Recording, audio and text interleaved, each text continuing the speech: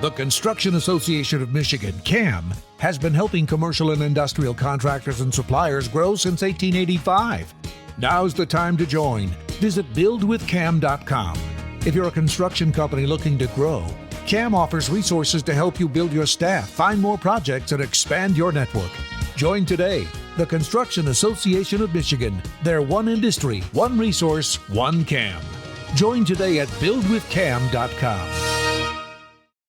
Today's episode of CAM's Building Michigan podcast is sponsored by Priority Health, endorsed health insurance carrier for CAM members. So right now, we've all been feeling lots of shifts in our lives. We've gone from crazy busy schedules to way more time with our loved ones, from commuting to the office to working from our couches. And that's okay, because Priority Health is always ready to shift right there with you. So whether you're experiencing a shift in employment or you're prepping for a new member of the family to arrive, Priority Health has you covered.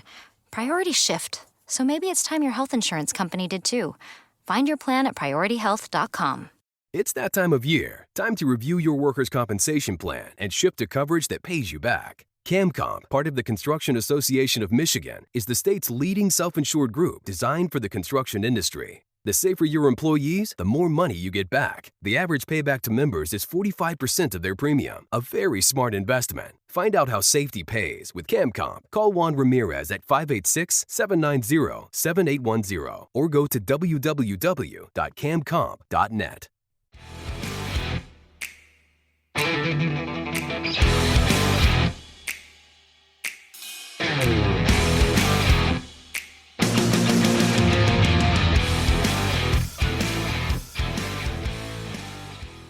Hello, and welcome to our 11th episode of the Building Michigan podcast, produced for Michigan's construction industry by the Construction Association of Michigan, CAM.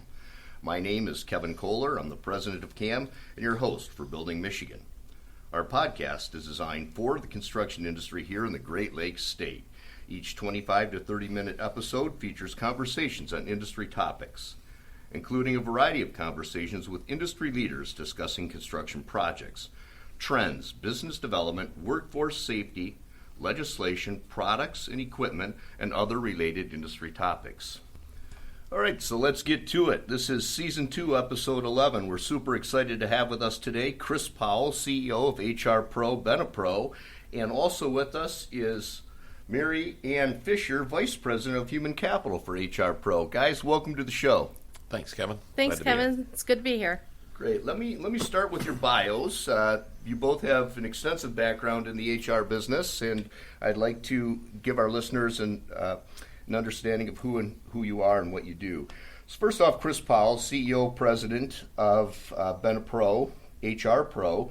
Chris founded BenePro and AdminPro in 1990, sensing the ever-growing need on the part of employers to take better care of their employees. Realizing that need was evolving and changing, he changed the name of AdminPro to HRPro in 2012 to recognize the company's growing practice in human resources consulting and services. Chris is driven by the desire to help employers take better care of their employees. As a believer in practice what you preach, he has also built HRPro, BenePro into a great place to work that has won numerous awards, including being in the top 10 Crane's coolest places to work in Michigan for over 6 years in a row. He's a native Detroiter and graduate of OU, Oakland University. Chris has been involved in many community activities. These include serving on the boards of Big Brothers Big Sisters, the Med Health Foundation, Red Run Golf Club, Notre Dame Prep, United Benefit Advisors, and currently Automation Alley. He lives in Troy with his wife, 2 cats, and a dog. Well, it's good to know that you're a pet-friendly person, Chris. Not my idea. And also with us today is Mary Ann Fisher. Mary Ann is the Vice President of Human Capital for HRPro. She has worked in the HR and payroll business for over 30 years and has experience in multiple states with multiple industries. She has a wide range of experiences in many different systems and their capabilities. Mary Ann, welcome to the show. Thanks. It's great to be here. Okay, I also want to tell our audience that we do have an affinity program with HRPro. So if you're out there listening and maybe you have an HR question for your company or you're looking for some guidance in the area of HR, give HRPro a call, give Chris or Mary Ann a call, and they can help you out. And usually there's a discounted price, I think, because of the affinity relationship, and Absolutely. they do a fantastic job. They've helped us in many, many cases. So let's get started, guys. First off, welcome to the show. We're super excited to have you here. Great to be here, Kevin, and we look forward to talking.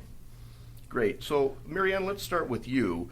One of the biggest issues we have in our industry today is attracting and keeping our talent pool, and that's both from the labor aspect, getting people out in the field to work, but also from the office perspective.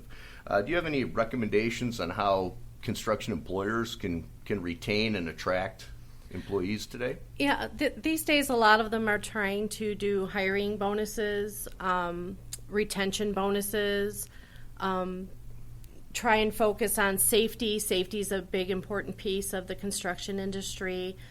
Do safety incentives to keep safety a top priority in the construction business.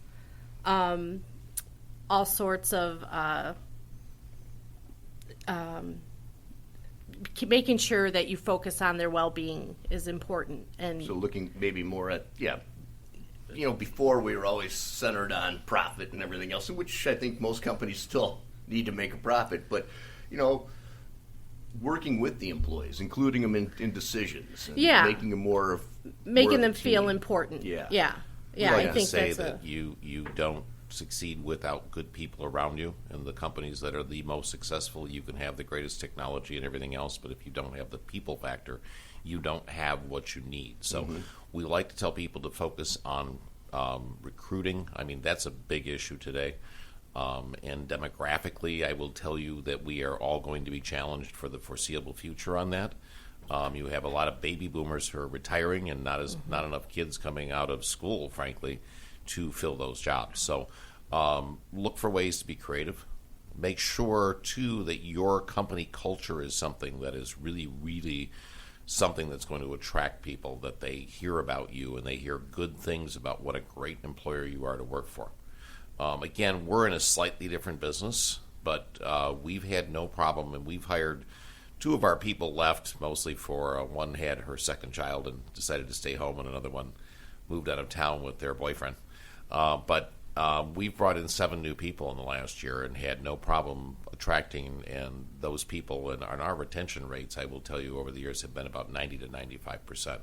So, again, you want to look for a way, how do I differentiate me? How do I really make my company stand out? So if I'm an employee and I'm in a particular industry, I'm looking at a couple of different employers, and how do I let how do I make What differentiates your company from the other company Right. down the street, and what maybe makes it more attractive, and maybe it's not pay, maybe it is, days off or holidays or you more want competitive fun pay, but you don't have to things. be the highest. Right. If you want to get down to the dollars and cents of it, most people, as long as you're within a range of pay, will not have a problem.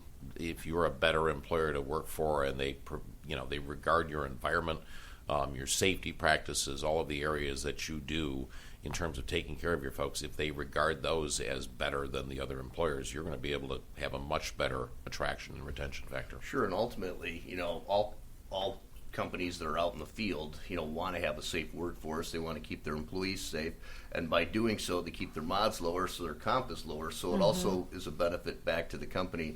And Kristen, talking to you before, I think you had mentioned some cool things that people can do with safety programs to keep their employees engaged. Like I know you had like gift cards or safety talks and safety reward systems. I don't know if you have any thoughts or suggestions for something like that. A little bit more of Mary Ann's area, and I'm going to let her talk to that. But I know just having safety is something that's important to you and important out in the field to your employees, I think is the first and primary thing. Making that a priority is paramount. Beyond that, as far as some of the more detailed areas, I'm going to let Mary Ann talk to that. I know setting high standards is important. Yeah, you want to make sure that when they're reporting that they're not reprimanded for reporting, that they get rewarded for reporting as well, so they're not afraid to report incidents. Make sure that they're rewarded for that as well, so that's not necessarily a negative thing. So you can don't reward monetary all the time. Make sure reward them with a day off, reward them with a, I don't know, so anything, a gift card or time off, PTO. Yeah, all of those things you can be a little more right. flexible with and potentially. Yeah, it doesn't have to be money. Gas card, gas is high. Gas card can go a long way these days. A grocery card. It doesn't go as long as it used to. Well, It yeah, can go a but long way. Especially when you drive a pickup but it truck. could Yes. it could actually Your mean F-150 it could mean a that little tends to more. guzzle. So try and be a little bit more creative in how you reward your employees, and do it often, and do it quickly. Make sure it's done when it happens. Yeah, not just a hit and miss, but maybe Right. stay with it, year in and year out. Right, stay on top of it Maybe for sure. you can have someone on your staff that's in charge of, monitoring some of those programs and Yeah, make it works important. with HRPro or whoever to kind of develop some of that stuff to offer to the employees. One of the other big issues, in addition to attracting employees in our industry, is retaining your existing employees. You get them trained up. I know there's different techniques that you guys have suggested for. Continuance of employment or retaining employees that include, continuing education, those kinds of things. What kind of suggestions would you guys have for, employers that want to do a better job retaining? I think having a path for them to grow with the company, especially if they're interested in learning different things. Chris knows training employees within can become great leaders. He's done this with his own business, his employees. He can speak to that. I like to use the old saw. There's the old story of the CFO who went to the CEO and said, well, if we invest all this money in training these people and they leave, what happens? Yeah. And the CEO looked back at him and said, well, what if we don't invest and they stay? So again, don't be afraid. Look, people may leave, they may not leave, but if you create a culture where people understand that they are encouraged to grow and become better at what they do, and that you're going to support them at that, and find both financially and in terms of time, then there becomes, you're much less likely to lose those people. I had a person who came to me years ago, wanted me to pay for her degree to go to Walsh, and today she's my executive vice president and right-hand person. So, at the time I was concerned about doing something like that. And you don't have to, it's not all necessarily you give. You can also help to finance if people want to do further education. Mm-hmm. But, you want to create an environment where people realize that they are encouraged to grow and become better, both at their practice and as people in general. So how do you suggest, like a lot of companies that are CAM members are not huge. They may have, I won't say a lot, but there's a significant amount that are 15 and fewer employees. There's many that are much larger than that too. But even for an organization like CAM, we've got 20 employees. Mm-hmm. It's not always easy to be able to give everybody, $1,000 for educational purposes. And maybe you earmark, you figure out who the person is. And like Tim here, our producer, might be interested in learning more about, he's also our graphic artist on staff, something graphical. So maybe we invest in some graphics training for Tim or something like that. How do you, I guess my question is, on a smaller scale, how do you do things that help you compete with the big guys? Well, you make an agreement. You say, okay, we can cover this for you, but you agree to do this for us in return. You stay on so many years for us, and that way you get a payback and some sort of agreement between the two of you, so the company doesn't miss out on or lose out on that in return, and you make sure that you offer it to try and be fair to everybody, so you're not just doing it for just one person. Selected, Don't select, because then that can get you in trouble, in other ways. So along those lines, what benefits would you guys, and what benefit package, is there anything new and exciting that people are doing to retain their talent? That's your area. Well, yeah, I'll speak to that. I mean, obviously the basics. You got healthcare, dental, vision, right? Life insurance, disability is always good. These days, a lot of employers, and again, it's healthcare is the big one. And actually, if you look at your cost of benefits, healthcare is 80 to 90% of it. But you can typically buy things like, identity theft programs that you can provide your employees. They're very inexpensive, and people appreciate them. Okay, telehealth is a big one right now. So that ability to pick up the phone and call a doctor is versus having to go sit in an urgent care or emergency room or a doctor's office where everybody's sneezing and wheezing. That ability for a lot of employers, especially if people have kids, is huge, because now I can pick up the phone, talk to a live doctor who's licensed in my state, and get, if I need a prescription, something like that. In some cases, they may tell you, hey, you need to go to the urgent care center to have that taken care of. But in a lot of cases, they're able to provide medication, have the prescription shipped right to your local pharmacy, wherever you want to ship to, and you can pick it up within the hour. So those are probably two of the newer ones we're seeing for a lot of employers out there these days. That one alone saved me 6 office co-pays last there you year go. alone. It saves your copay. That's a lot right? of money. That's a good point. That's for a the lot of money. employee. In a lot of cases. Now, I will tell you, we do a lot of standalone telehealth. Some of the insurance companies have built that into their programs. My only objection when they do that is it's like if you have a $40 office copay, they want to charge you $40 for your telehealth visit, which, by the way, they're paying the doctor about $50. So you're paying for almost the entire visit in that instance. But again, those are the types of things that will really help to attract and bring people on that they can appreciate, particularly people with young families. So Sure. The other part of it is, and having, we have 35 employees now, but I've been doing this for 32 years, so we started with 3. And, the biggest thing I think when you're at that 15 and under type of area, and there's some difference between 15 and 35, but not a huge amount. Build camaraderie. Make sure that you've got people that get along. Make sure you create the type of environment where people are encouraged to participate. Go out for, and don't overdo this, but go out for a beer on a Friday afternoon. Okay, maybe break early and bring in a 12-pack at the job site. That, I think, type of thing goes a long way. Gotta watch drinking on job sites. Well, okay, yes, I know what you're saying. But, so maybe you go to the bar next to the job site. Have a Coca-Cola. Yeah, exactly. But or like at job sites, they can bring in donuts in the morning or coffee or something. Some bagels. Do that over there, safety talk or what have you. So it's a great way to incentivize your team that's out. We'll talk in the about field. wellness next, but never mind.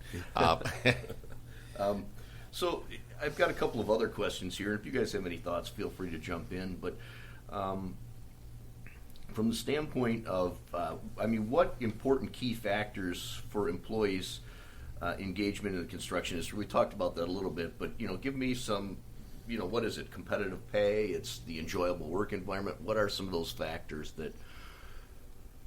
that we as employers in the construction industry can do to lure and keep our existing companies or our existing employees and lure people away from some of the other industries they may be going to? Yeah, other industries are doing like the work from home. That's not really an option for the construction industry, certainly not, right? Certainly not. For That's not a real personnel, draw but- for but you guys. It can be for some. For administrative, some, right? For some administrative. Yeah, so you've people. got that pull maybe on the site daycare offer. That might you've got to get more creative, right? Because you don't have the usual pulls. It's not easy. Right. It's not easy. You've got safety's big for you guys. Any kind of safety incentives you guys can work around and make sure that that's an important pull. And many, if not most of our trades are union trades too. So there's guidelines that we have within union contracts that we have to adhere to. you want to try to the degree you can, make a flexible work environment so that people can work.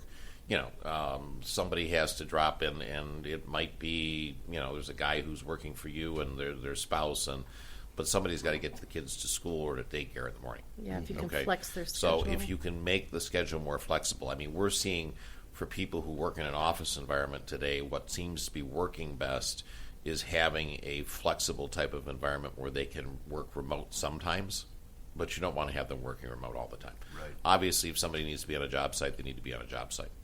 But surrounding that for people who may be in administrative positions, who may be In architectural areas or things where they're in the office, they may be able to work from home. So offer some of that flexibility. We do that right now and have everybody in on Wednesdays, and then they're expected to be in 2 other days of the week.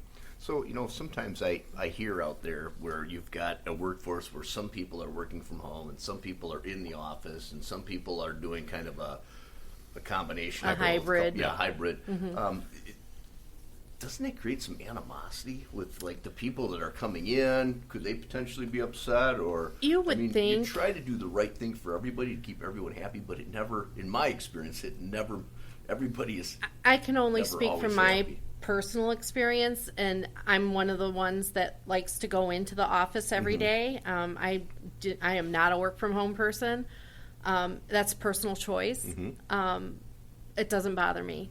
If people want to work from home, it's their prerogative. It's just not for me. Yeah. I don't encourage, and I'm actually personally adverse to having people be fully remote. And again, if you're able to work, if I'm able to employ you and you can work fully remote all the time, I can hire anybody anywhere. Okay, and you may, you may or may not give enough to the company that I can hire somebody in the Philippines, okay, who costs half of what you do.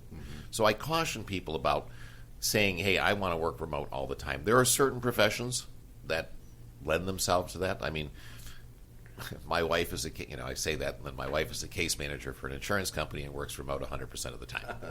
So there are certain professions that lend themselves to that, but I think if you want to create a great company culture, if you want to create people that are adhesive, that have that stickiness to them, that are going to stick around for a long period of time, I think they need to be together. That's why we went to a thing where everybody's in on Wednesday. Agree with you. I mean, the camaraderie, it's so much easier to walk down the hall and see your facial Oh, yeah. reactions and your gestures, Right. to see what's going on, than talking to somebody on the phone and saying, hey, what's happening today, and It makes a difference. Yeah, I got a little tired of Zoom meetings, I think, to a degree, during the whole pandemic thing. But, if you can't create a great culture and environment unless there's a camaraderie with people together. Now, that's on a job site, that's a whole different story because you have to be there. Okay? Right. But if you're looking for the back room folks, if you're looking for the people that are helping to run the company, they need to be in the office at least some percentage of the time.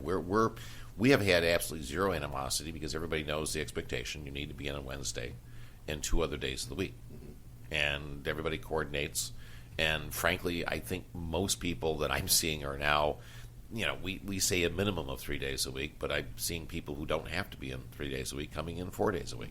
Okay. And I think the word you just used, expectation, if they know what's expected, maybe it's easier for and that's something all employers should think about. Yeah. Making sure that you explain the expectations of what you're doing, because this never really existed for us, and maybe in certain individual cases, but it never existed until COVID, and now it's we were just slammed into this, and everybody had to go remote. We all were searching for how do you set up a VPN and what is a VPN and all these remote access points, and we're still recovering from all of that and trying to find our way forward and how it's going The to biggest thing I would think from an industry standpoint is how do we, so many kids have been told, oh, you have to go to college. And we have a lot of people who have wondrous college degrees and they're working at Starbucks. Nothing against Starbucks, but, they're working as a barista somewhere. Okay. I think the industry has to start taking a look more at talking at the high school level. And even the community, I think the community college level is something that's, obvious one. But getting people engaged at an earlier age, and particularly where you get into some of the skilled labor areas and whatnot, these people could make a heck of a lot of money and have a wonderful career. So, getting them to understand that getting a college degree in, English literature is not necessarily something that's going to produce a high level of income if you're looking to succeed, and that something in the construction industry is something that is going to give you a lot of opportunity. And that's one thing that we've really worked hard at in this industry is, getting to the kids, even in elementary school, going to elementary school fairs, talking about the benefits of construction. Right. We here at CAM, in addition to some partners, funded something called 3D, which is develop, design, deliver. We matriculated, 40, 50, I think it was 100 Detroit area students through a 6-week program. Actually had internships in the construction industry at the end of it. Oh, nice. And some of those people had stuck, and some are still in the industry today working. So, we're all trying to do that, but that, you're right, it starts, at the advisor level and at the parent level. Everybody wants to send their children off to college, and that's great. If you're a college kid and that's what you want to do, that's your prerogative. But the trades are an excellent alternative to that, and you have a skill set that goes with you anywhere in the world. Once you're a journeyman electrician, you can wire a building in Detroit, Michigan, or Nebraska. Right. It's a cool thing. You're way more portable, and you have a skill set that nobody can take from you. And I think it's important to instill that in some of our youth today. And we do have a massive shortage of skilled labor, so we do need to keep that pipeline open. You start looking at the construction industry; these are the people that built the world. So I think there needs to be a lot more pride in there, and there has to be a lot more of the effort to make sure that's instilled into folks what the opportunities are for them to build and grow their own careers. And I think that's what ultimately becomes something that feeds everybody throughout the industry.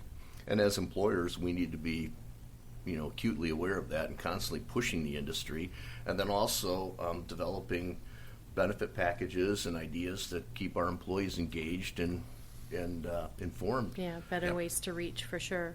Right. So I'm going to change speeds here a little bit, and one of the other questions that some of my members have asked me, how do I perform performance reviews on my employees? How is that done? Now here at CAM, we do it annually.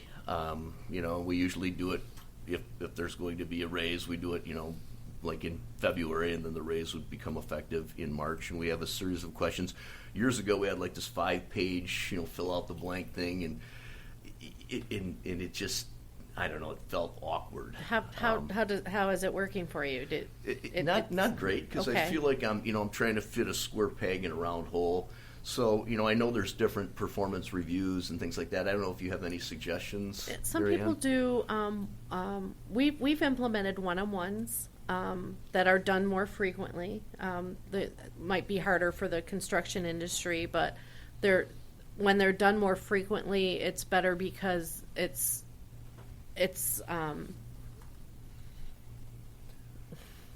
well, it allows you to give expectations, right? Right, and if there's something that's not being done right, you get to it quicker, and sure, the gratification is quicker, and expectations are given quicker, and if I'm doing something wrong, I would want to know right away, and so I can correct the behavior and make sure that it's being done right. So you might want to start with maybe like quarterly reviewing, and then a review doesn't necessarily mean a raise. Right. You still do the raises annually, but maybe review their work quarterly, and or have a sit down with your reports and with your reports, and maybe have them come to you with what they feel they're doing, and then you can have a back and forth. Back and forths always work better, so they can tell you what they're expecting, and you can also give your expectations and make sure that that's clear between both of you. So I guess the suggestion then would be to, it's to continue that communication and do a better job of maybe communicating your expectations. Yeah, clarity and communication is in anything. Yeah, is the key item to.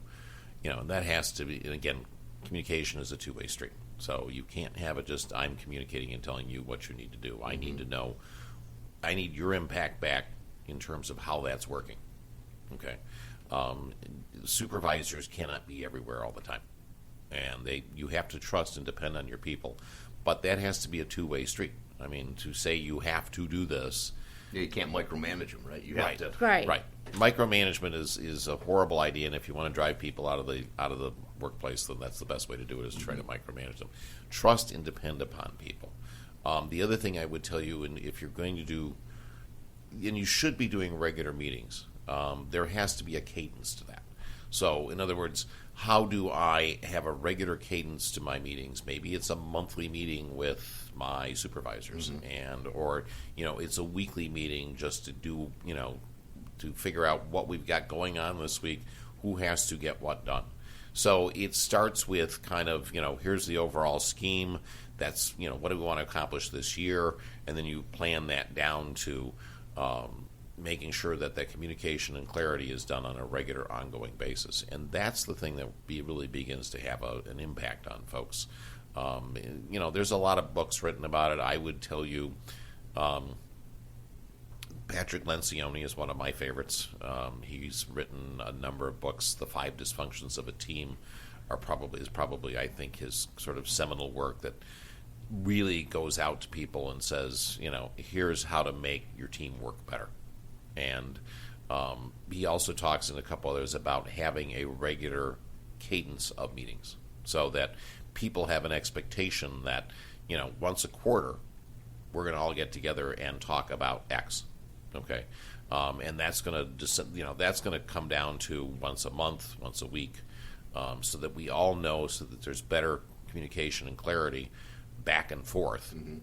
And that's what you want to achieve with any type of meeting. Is it's not just I'm telling you what to do; it's we're sharing back. I'm saying as the leader, here's what we need to accomplish.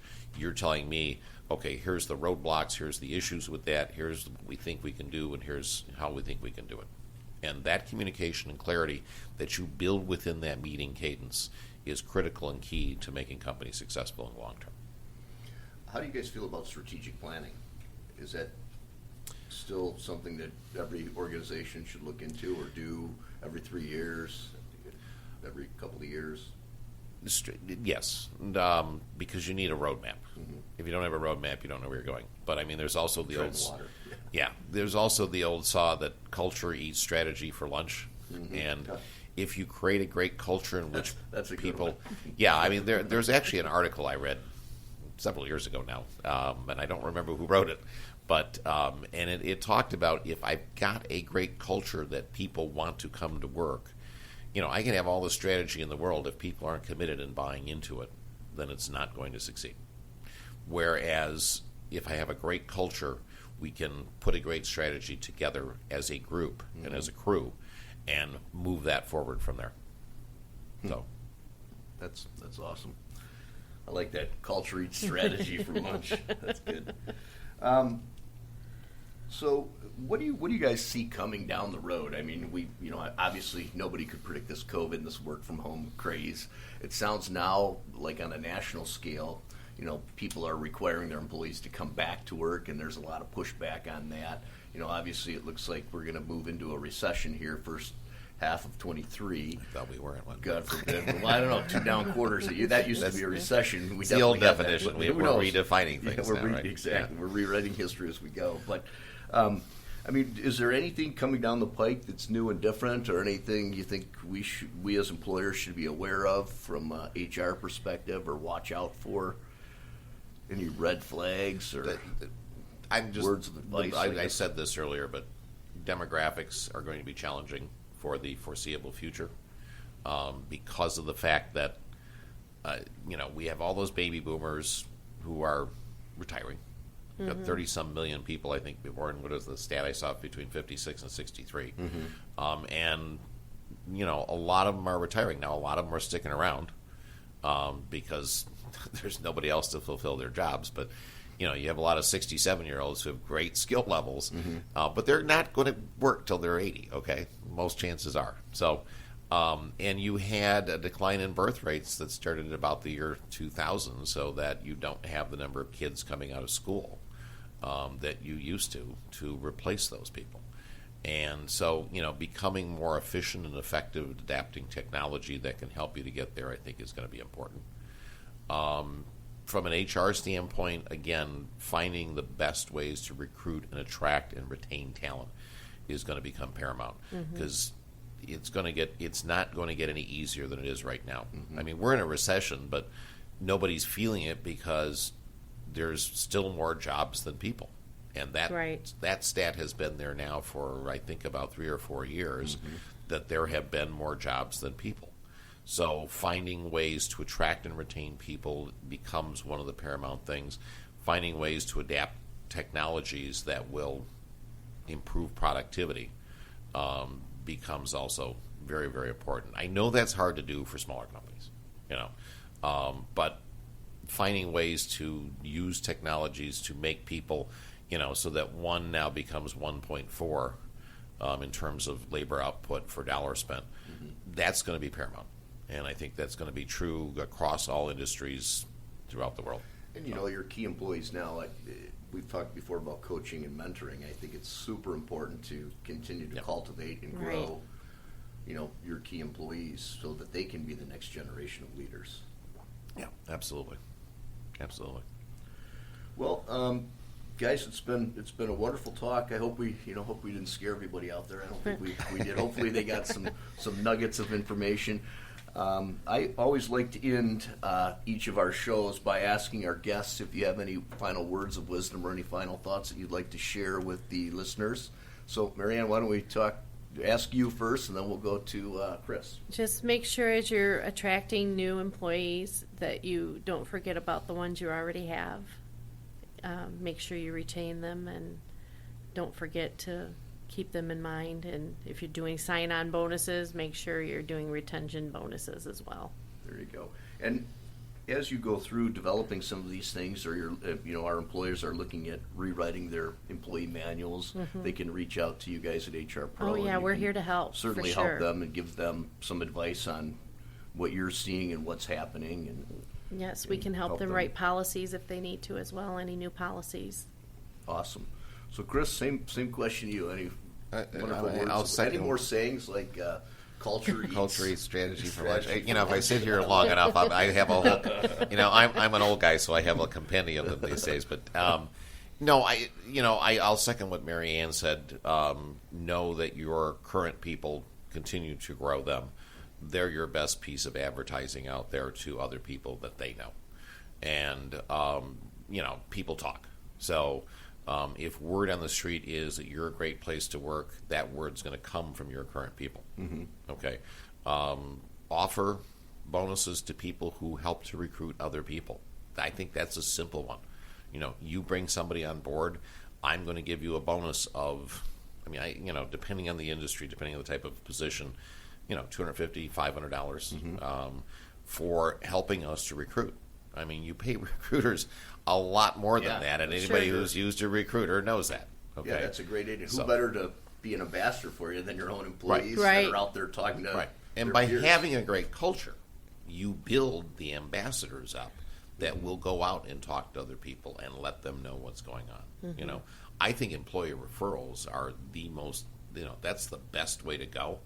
Now, sometimes you have a position you need to fill that you don't have, it's a technical position that other people don't necessarily know, but having that knowledge out there, sometimes word gets out. Yeah. So check Glassdoor if you're, it's Glassdoor, right? Yeah. It which is an employee website where people post what their employee experiences have been. If you haven't been on there, just look it up. You can do a search for it. Glassdoor.com, I think, is the website.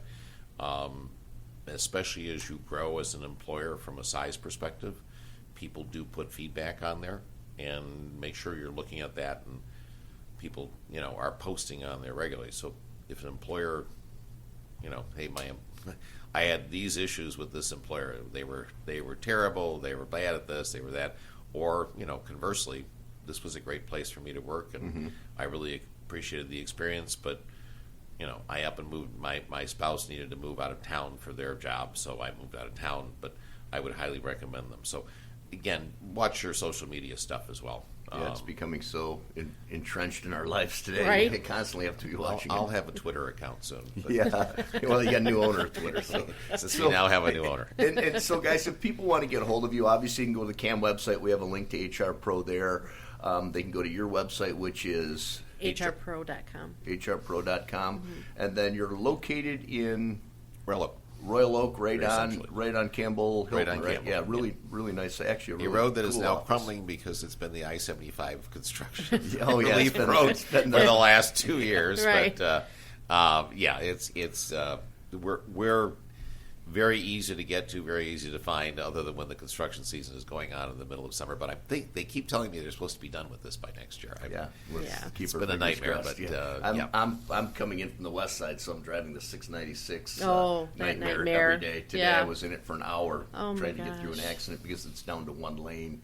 I know. You know, the biggest east-west route there is to get into the city, so it's I know. crazy. In any case, great. If any of our listeners out there, want to get a hold of you guys are there for them. I know that you always are involved in our trade show and annual meeting on February 15th. We've got some other programming coming up, which we'll get into at a later time. But you're always available for our members, and we appreciate it. Always there for us. So I'd strongly encourage anybody out there who needs some help with HR, has some questions, to give you guys a call.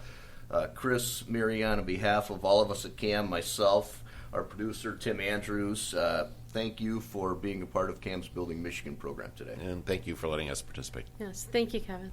Awesome. Thanks. Thank you for listening to Building Michigan, the official podcast of the Construction Association of Michigan, hosted by Kevin Koehler, CAM President. We appreciate you spending a part of your day with us. If you have a second, please share our podcast with industry colleagues, leave us a review, and connect with us at www.buildwithcam.com. That's all for now. Be sure to subscribe to Building Michigan wherever you get your podcasts, and join us for the next episode. Today's episode of CAM's Building Michigan podcast is sponsored by Priority Health, endorsed health insurance carrier for CAM members. So right now, we've all been feeling lots of shifts in our lives. We've gone from crazy busy schedules to way more time with our loved ones, from commuting to the office to working from our couches. And that's okay, because Priority Health is always ready to shift right there with you. So whether you're experiencing a shift in employment or you're prepping for a new member of the family to arrive, Priority Health has you covered. Priorities shift, so maybe it's time your health insurance company did too. Find your plan at PriorityHealth.com. It's that time of year. Time to review your workers' compensation plan and shift to coverage that pays you back. CAMCOM, part of the Construction Association of Michigan, is the state's leading self-insured group designed for the construction industry. The safer your employees, the more money you get back. The average payback to members is 45% of their premium. A very smart investment. Find out how safety pays with CAMCOM. Call Juan Ramirez at 586-790-7810 or go to www.camcomp.net. The Construction Association of Michigan, CAM, has been helping commercial and industrial contractors and suppliers grow since 1885. They provide contractors leadership through aggressive lobbying, construction project reporting, safety and education training, industry promotion, insurance, and banking. Are you an owner, developer, or buyer of construction services? Hire a CAM member to get your project done on time and under budget. They are one industry, one resource, one CAM. Check them out at buildwithcam.com.